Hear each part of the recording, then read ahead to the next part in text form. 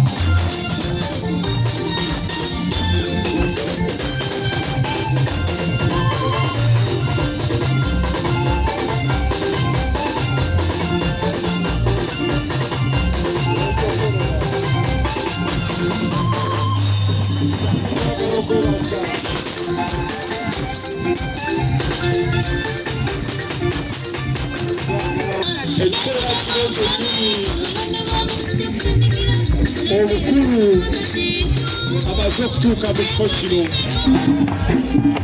omukozi waffe omukulu amaze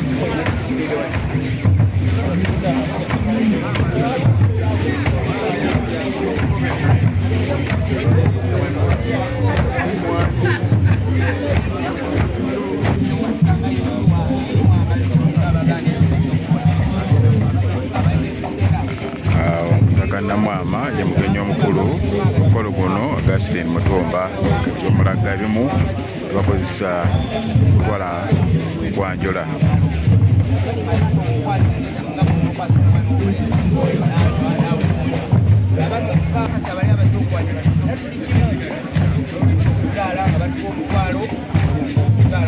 buli mayiga obo taata nkwaka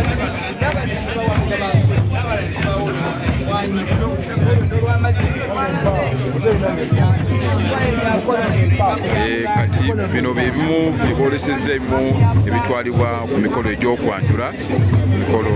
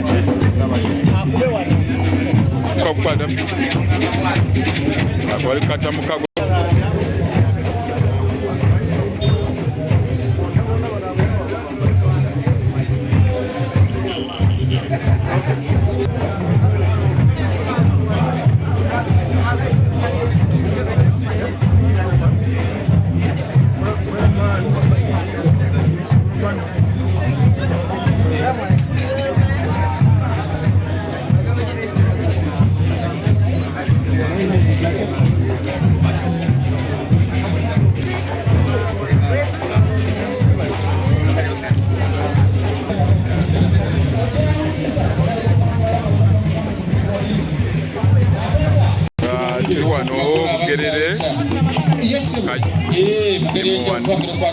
mukolo gw'abalungamya ku mikolo mu kwanjula Bwakabaka bwa Buganda. Leero bakuzizza olunaku lwabwe. Omugenyi omukulu ye mutaka obusolya mutaka Namwama nyiranga lotukozesa katambala kubanga ne ssewantu ebeyazze oba bakozesezza ki oluvannyuma lw'ekyo taata nnyinimu ng'ono akwasa olulendo n'akwasa omwana ow'obulenzi n'anywa ate tugira ennyendo zino endala nga 7 baba bayingidde 6 ennyendo 6 zibeera z'abaana bazze okuzaalibwa oba omusanvu zano bazaala mwana nga bwalunywereddeko bataka bazaala omulenzi fenna ku tunywera bakasaba nabazze okwanjulwa tufenna tuli kimu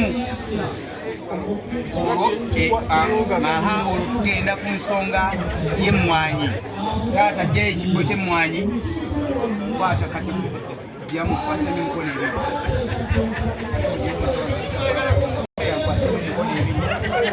ebiri makwatiraku omukulu emikono ebiri teka mukono ogwa ddyo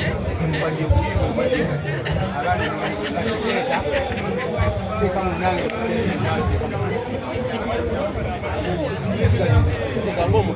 kale tekirina bwekyandika okulya olunka omwana w'obulenzi tusobola okubizako omukyotabaala nga kirikutabaala omwanyi eyo giryako n'ebitula byayo oluvannyuma olwendo lw'amazzi olunywedde tumaliriza ekyo okukwasa omutwalo okusobola okuba nga guli mu kibbo nga kino n'onkwasa n'osaba okuzaalibwa ntinze taata tuyiza yenze ntwale mwana munnange kulisitini nabawanuka abeere mukyala wange taata namwayifulani nzikiriza omutwalo guno era nabaomukuwadde omutwalo olwo okuzaalibwa nga kugwa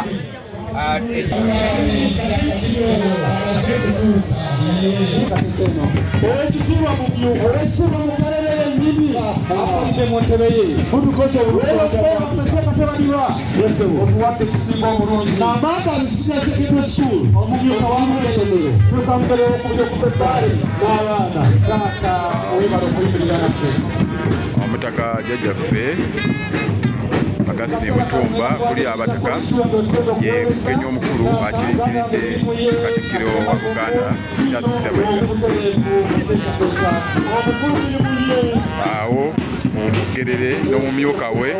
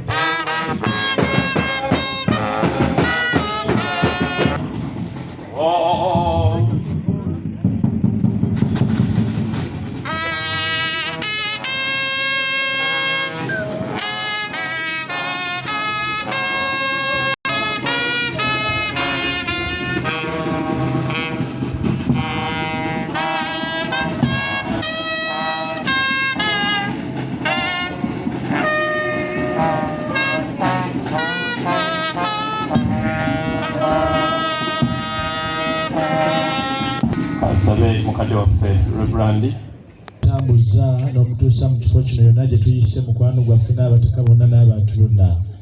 Tukwebaza olukiiko lwonna olwa Buganda, tukwebaza mukadde waffe ekiseera ekirungi, ebigambo byonna ne mukwano gwaffe Kabera.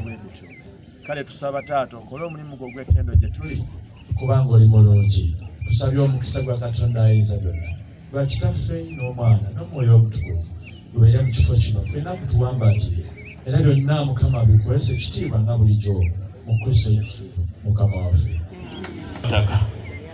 Omutaka Namwama Katikkiro gwe tulina olunaku olwaleero, omugenyi waffe omukulu.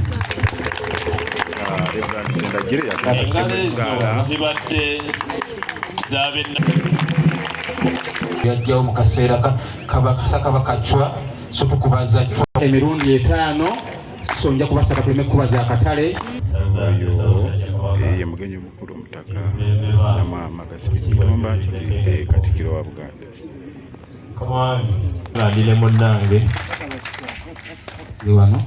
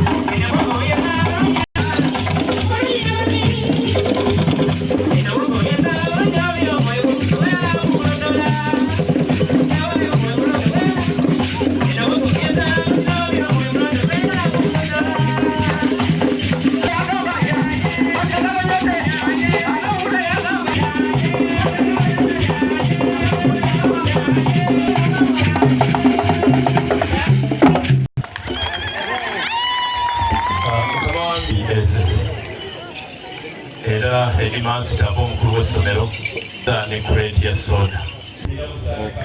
Nze Gwidde Patrick Steven jjajja w'Obuganda. Nze Gwidde Patrick Steven jjajja w'Obuganda nga ndi mulungamya. Nze deputy ssentebe wa Kyaddondo mu balungamya. Kakati ndi wano e Kayunga nzize okwolesa ate nga ndi mwogezi era omulungamya w'emikolo jjajja w'Obuganda. Nze Gwidde Patrick Steven ndi jjajja wa Buganda kubanga neddira nkima. Omumyuka wa ssentebe wa Kyaddondo mbalungamya. Ndi wano e Kayunga ku lunaku lwaffe olw'abalungamya lwe tukuza buli mwaka. Era wano ndeese n'ate nze n'okwolesa ku byeira ebimu bye tutwala ku mikolo gy'abalungamya nga wine oba eviinyo nga nze njikola ate n'okugisomesa nengisomesa abaagala okugitwala oba abagala okugikozesa. Era nsomesa n'okukola juice ne jam. Njagala wali ogirageko gikyuseeko. Nkola wine ono nga nze musomesa mita St. Michael Nacho wine. Wine ono agogola emisuwa, sharpening appetite, ate n'amenyaamenya emmere mu lubuto omaze okugirya. Era wine ono asaabulula omusaayi guno ogukutte mu misuwa, akakkanya ne pressure.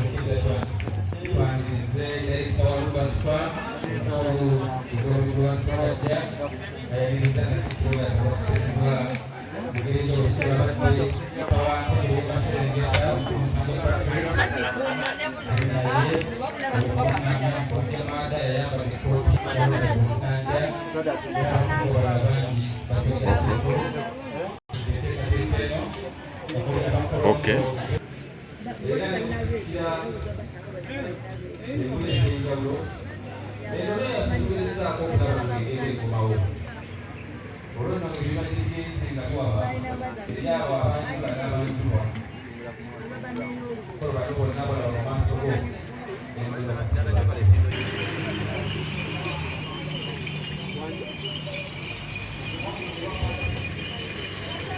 Secondary school sebo hayi nkusumbuye n'olwaliro muzikirize ndowooza nja kufuna y'akaseera ngende nga neebaza ne bena bansigazaayo omuzindalo guno kanguzi eri Bugerere.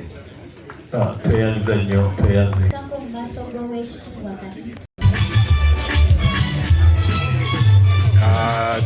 Tuli ku mukolo gw'Abogezi wano e Kayunga mu ssaza ly'e Bugerere. Ekyo Majestic Brothers kye kitulungamya nga ffe n'omukolo wali kusazibwa ne Uganda Police eyanguye okulaba nti ekontrolinga nsaba oba mpero bizindalo bawuze olutaba atukoze bulungi bemulabiseeko twaniriza nnyo balumya bannaffe mwenna bagwanidde engalo ez'ekitiibwa n'akalulu